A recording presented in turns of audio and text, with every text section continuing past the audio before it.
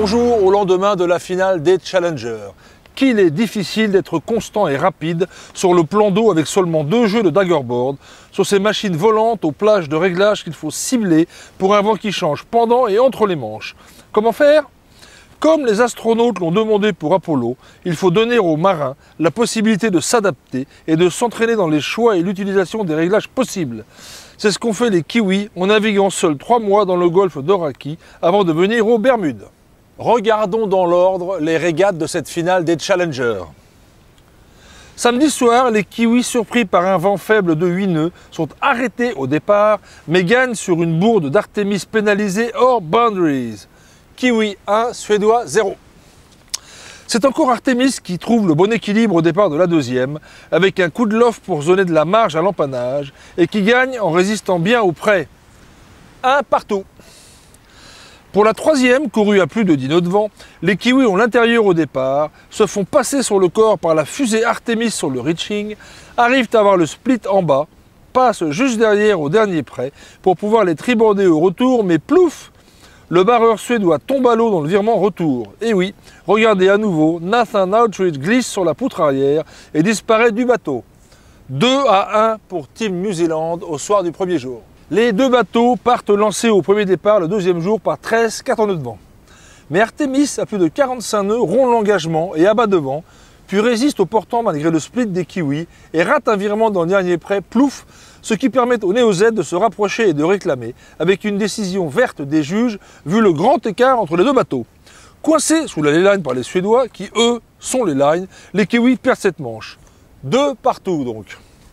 À la 5e manche, Artemis à l'intérieur sur la ligne, les Kiwis passent le dégagement derrière, reviennent au près, l'offre sans pénaliser Artemis pourtant beaucoup plus près, passe devant et gagne.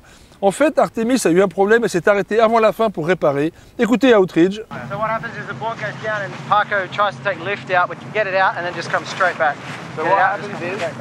3-2 pour les Kiwis avant la 6e et dernière manche du jour.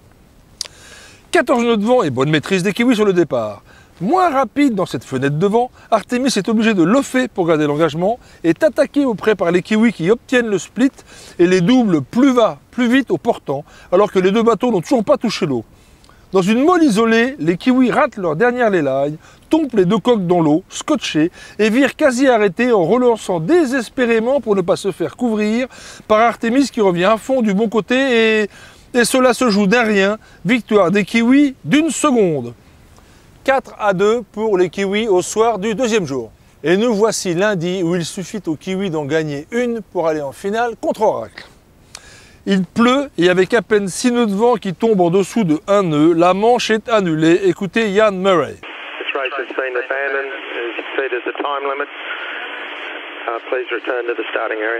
On attend plus d'1 heure que les nuages s'en aillent et les Kiwis accouplent de leur tender en profitent pour changer l'un de leurs 1001 réglages d'ailes. Nouveau départ dans 8 nœuds de vent, avec des Kiwis qui ont l'intérieur, qui l'offrent pour casser l'engagement sans s'arrêter de pédaler. Écoutez le tac-tac de leur connexion hydraulique.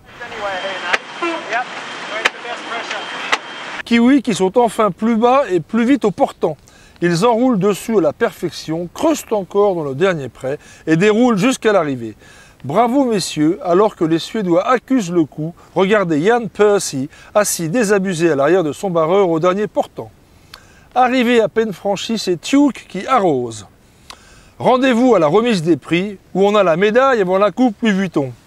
Ah, la coupe Louis Vuitton. Pour les Kiwis en 95 à San Diego, Prada en 2000 à Auckland, pour nous avec Alinghi à Auckland en 2003. En 2007, c'était encore les Kiwis à Valencia. En 2010, pas de Vuitton pour le Dock Match. En 2013, c'était à nouveau les Kiwis à Frisco. Et retour aux Bermudes en 2017, où ce sont encore les Kiwis, mais avec une nouvelle coupe, plus proche de notre logo, nous dit Louis Vuitton. Conclusion en 4 points. Sur les 7 dernières Coupes de l'América, les Kiwis sont 6 fois en finale. C'est parfaitement exceptionnel. Deuxièmement, grâce au niveau poussé des Suédois, les Néo-Z ont pu progresser énormément. Écoutez Glenn Ashby. To Artemis, thank you guys, and thanks for making us stronger for the way forwards. Troisièmement, les Américains de leur côté naviguaient aussi tous les jours contre les Japonais. Et quatrièmement, la question est, Le niveau qu'ont les Kiwis sera-t-il suffisant pour battre des Américains qui ont mis en place toutes les règles depuis 3 ans pour être imbattables? Réponse samedi prochain. D'ici là, bonne semaine et bonne chance.